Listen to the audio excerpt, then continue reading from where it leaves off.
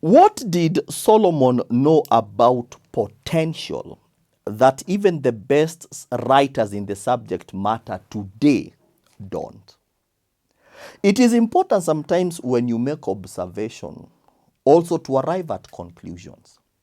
Sometimes we make haphazard observations, but we don't arrive at conclusions. So without conclusions, we cannot bring harmonization. How do we harmonize this?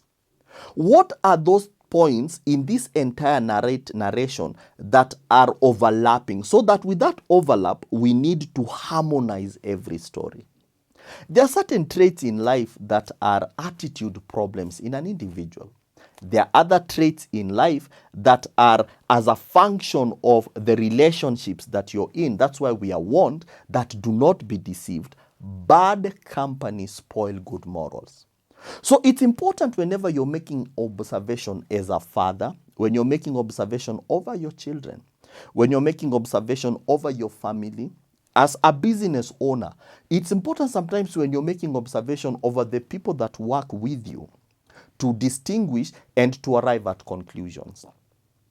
In the scriptures, particularly when you're looking at Proverbs, we get traces of a word that is commonly thrown around, the word sluggish.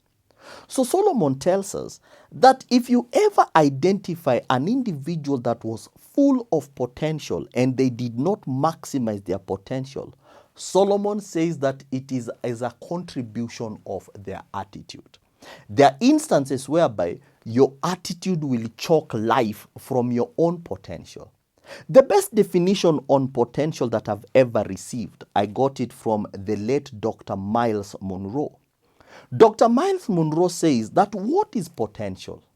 Miles says potential is that thing that you have yet to do, and the moment you start doing it, it ceases from being your potential. So let me demonstrate.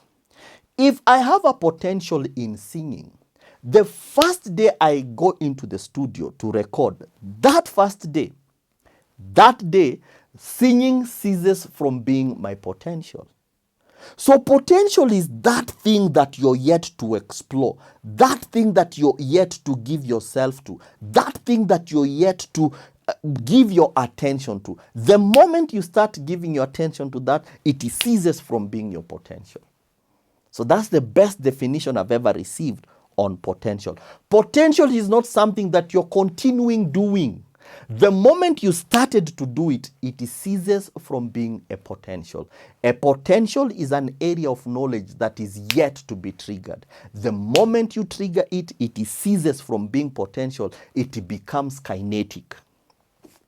So that is the best definition on potential. So Solomon tells us that if you ever identify a man with the potential that did not maximize their potential, chances are it began with them being sluggish. So Solomon gives us this narration. I passed by the field of the sluggard. So I would want us to substitute that word field, that I passed by the marriage of the sluggard. I passed by the business of the sluggard. I passed by the bank account of the sluggard. I passed by the children of the sluggard. I passed by investment of the sluggard. So if Solomon was to pass by what you're doing, would Solomon arrive at this conclusion? This is a sluggish man. This is a sluggish woman. Sluggishness is in attitude, but that attitude informs how we conduct ourselves. That attitude informs our speech, our conversations, our mannerisms. Solomon says that when I passed by the field of the sluggard, I understand that the vineyard of the man without senses, that was a vineyard of the man without senses. So it moved from a field because there is an expectation in every field. Every field ought to be a vineyard.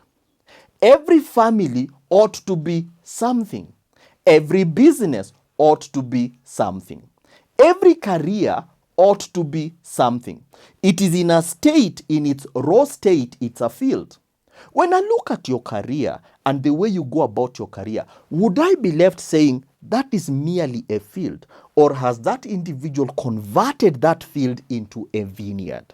So Solomon says he made that observation, and because of the attitude of the owner to that field, Solomon said, this is a person who is senseless.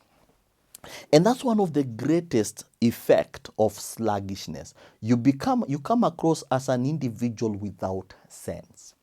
You could look well put together in the marketplace. When you go to your place of work, you could look well put together. But if I was just to look at your family, if I was to look at your marriage, would I be left saying, this is a senseless human being? This is a senseless man. This is a senseless woman. Because Solomon says that the extent of you being senseless is to the extent of you not converting your field into a vineyard. It's from the vineyard that we get harvest. We don't get harvest from fields. Fields need to be converted into vineyards. What do you need to convert your career into? What do you need to convert your knowledge into?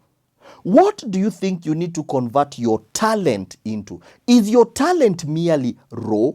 Is your career merely raw? Is your knowledge, your idea merely raw? Let's continue. And behold, it was all overgrown with thistles. That is why the person is senseless. Because the vineyard is growing with shrubs, thistles. The vineyard, your marketplace, your product, your possibilities at the marketplace are overgrown with thistles. They are overwhelmed with thistles. What are thistles? Thistles are those things that grow of their own volition. What are the levels of carelessness in your craft that just mushroom? Are there those areas in your life that simply mushroom? You don't work at, you don't exert demand on yourself, they just mushroom. Solomon continues, its surface was covered with nettles, and its stone wall broken down.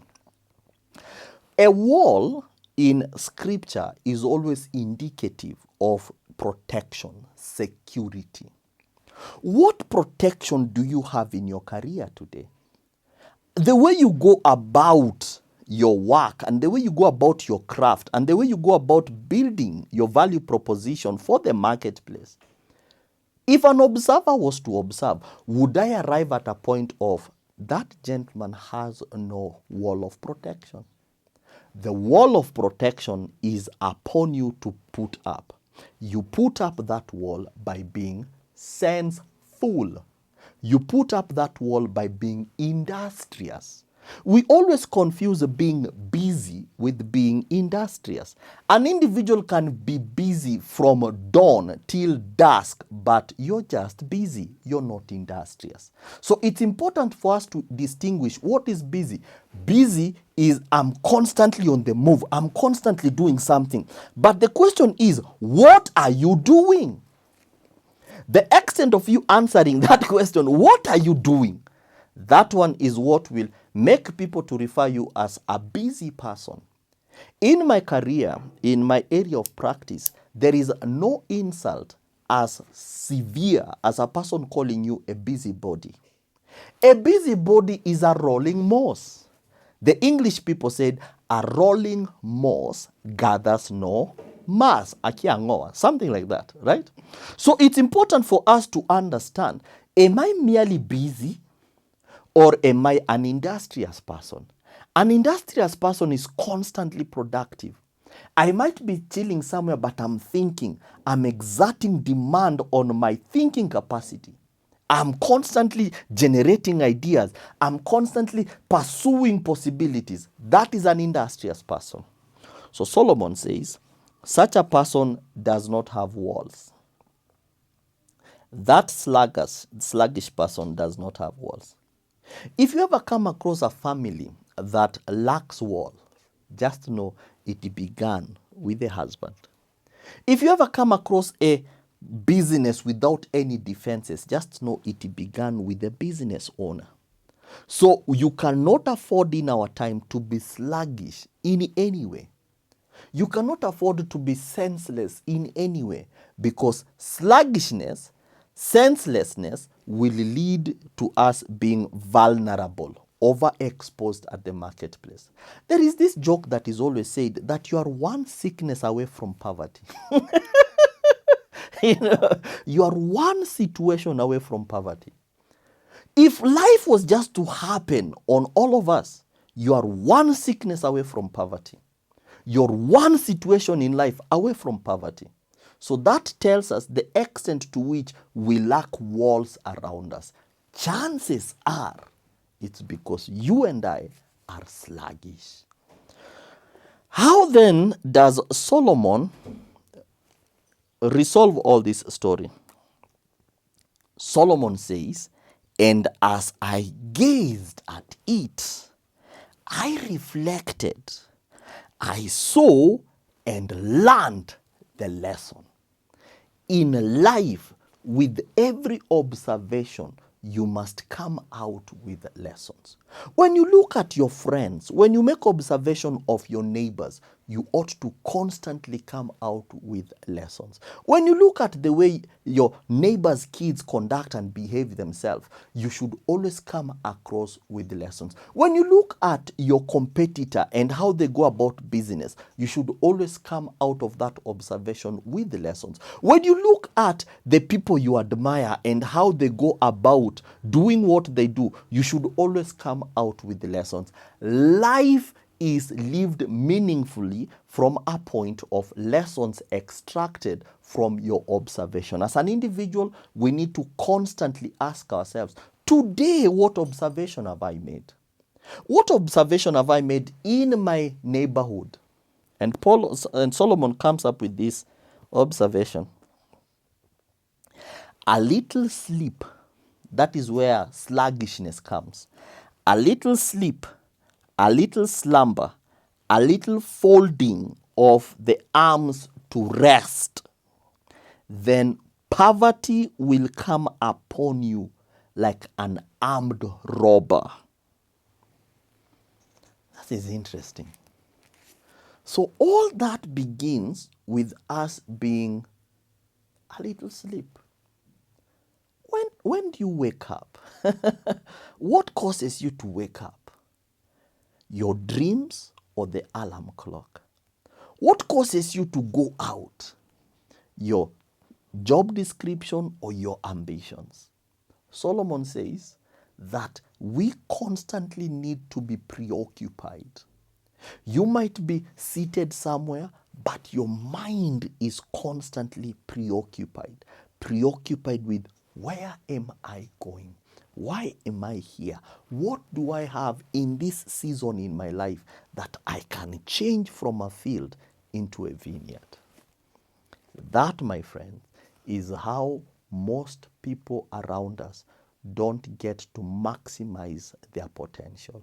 A potential is a possibility that you're yet to explore. The moment you start it, it ceases from being a potential.